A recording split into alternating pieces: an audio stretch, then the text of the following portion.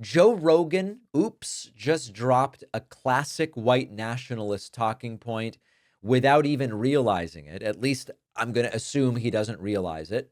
On a recent episode of his podcast, Joe Rogan talked about how when China wants to stay Chinese, nobody has a problem with it.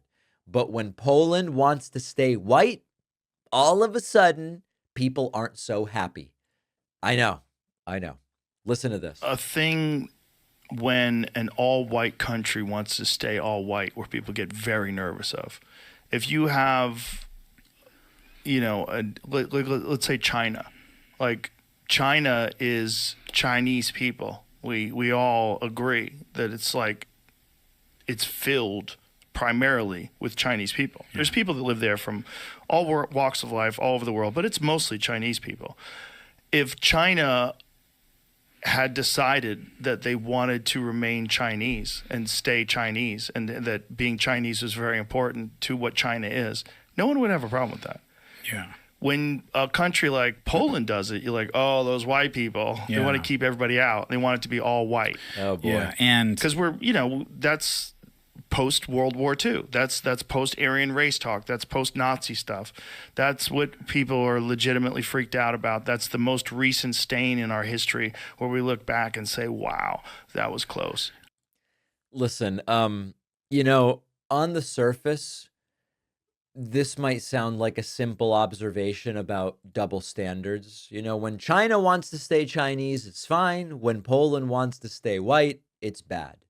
But the reality is that this is an old rhetorical trick that's been used in white nationalist and white supremacist circles for decades. Now, I'm not saying Rogan's deliberately repeating that. I would love to talk to him about it.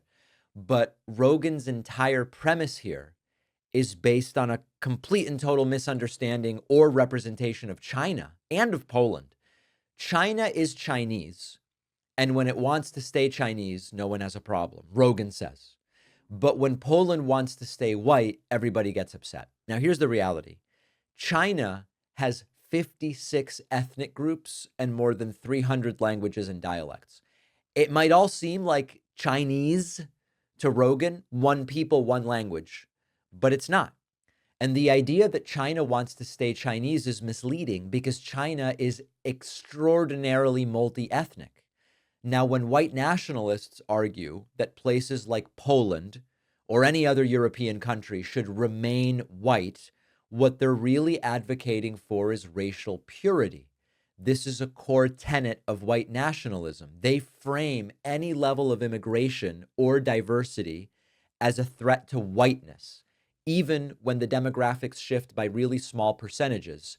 That's not the case in China, but that's what they're fighting against in Poland. Now, notice how Rogan says Poland wants to remain white. And the word remain is a key thing here, because the argument being pushed, whether Rogan intends it or not, is that Poland has some kind of pure, homogenous white identity that must be preserved. This is the same language used by white nationalist groups who talk about the so-called Great Replacement, which is that white people are being systematically replaced in Western countries. In the US, it's Democrats are bringing in brown and black people illegally to somehow become citizens, even though there's no way, and eventually vote in elections. These are versions of the white replacement theory, the Great Replacement theory. The idea that European nations must remain white echoes the talking points of groups like Identity Europa, the American Renaissance movement, people like Richard Spencer.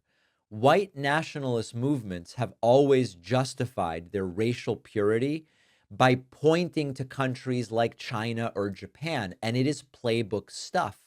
And what it ignores is that, number one, these countries aren't as racially pure as the white nationalists claim.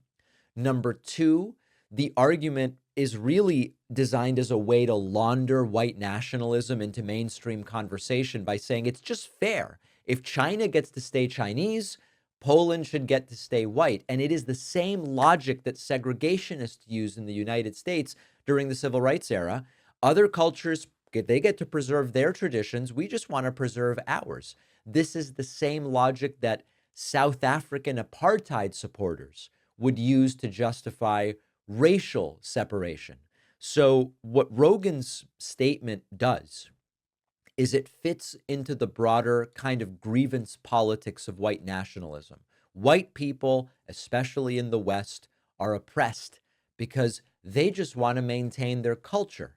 Now, of course, nobody is saying Poland can't preserve its traditions.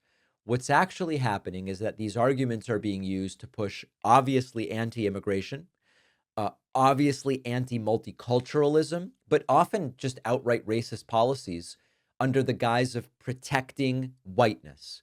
Rogan is playing with fire here.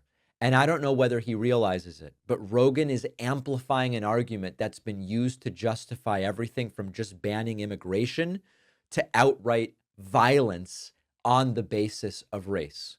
Do you think he realizes that this is what he's toying with, or does he have no idea? Let me know.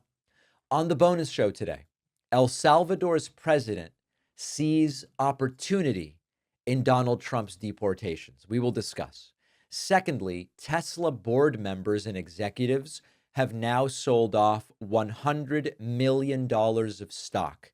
They seem to know where this is all going, and it's down. And finally, new reporting finds that heat can age you almost to the degree that smoking can age you. It's not unhealthy like smoking is, but it can affect the appearance in a similar manner. Is this a good study? Is this a good science? We will talk about it on the bonus show. Get instant access to the bonus show by signing up at joinpacman.com. You can use the coupon code "It Will End Soon" to get yourself a discount.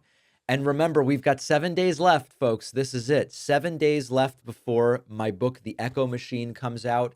I am told books will start shipping this weekend to certain folks in certain parts of the country. You can get the book at Amazon, Barnes & Noble. Also, Barnes & Noble has ordered 2 copies of the book for each of their 600 stores. Each of their 600 stores will have just 2 copies. They only count as sold when somebody actually buys them. So be aware that maybe as early as this weekend, certainly by Tuesday, you can go to any Barnes & Noble and get the 2 copies that each store will have. And finally, signed copies, a couple hundred are left. You can get them at Brookline Booksmith, davidpakman.com/booksmith. Exciting stuff. See you on the bonus show. I'll be back here tomorrow. I have a book coming out. I've spent a long time working on this. I couldn't be more excited to share it with you. It is called The Echo Machine, and it answers a crucial question. How did American politics get so broken? And just as importantly, how do we fight back effectively before it's too late? Trump back in the White House, damage piling up, an administration filled with extremists and loyalists, attacks on democratic institutions, policies hurting working people. If you've felt like you're screaming into the void and watching democracy slip away, my book, The Echo Machine, will help you make sense of what's happening and also give you an idea of what we can do about it. Go to davidpakman.com/echo or find it on Amazon, Barnes & Noble, Audible, Kindle, anywhere books, ebooks, and audiobooks are sold. You can also call any local bookstore and say, "I'd like David Pakman's The Echo Machine" from Beacon Press. Pre-orders make a huge difference. Please support the book at davidpakman.com/echo.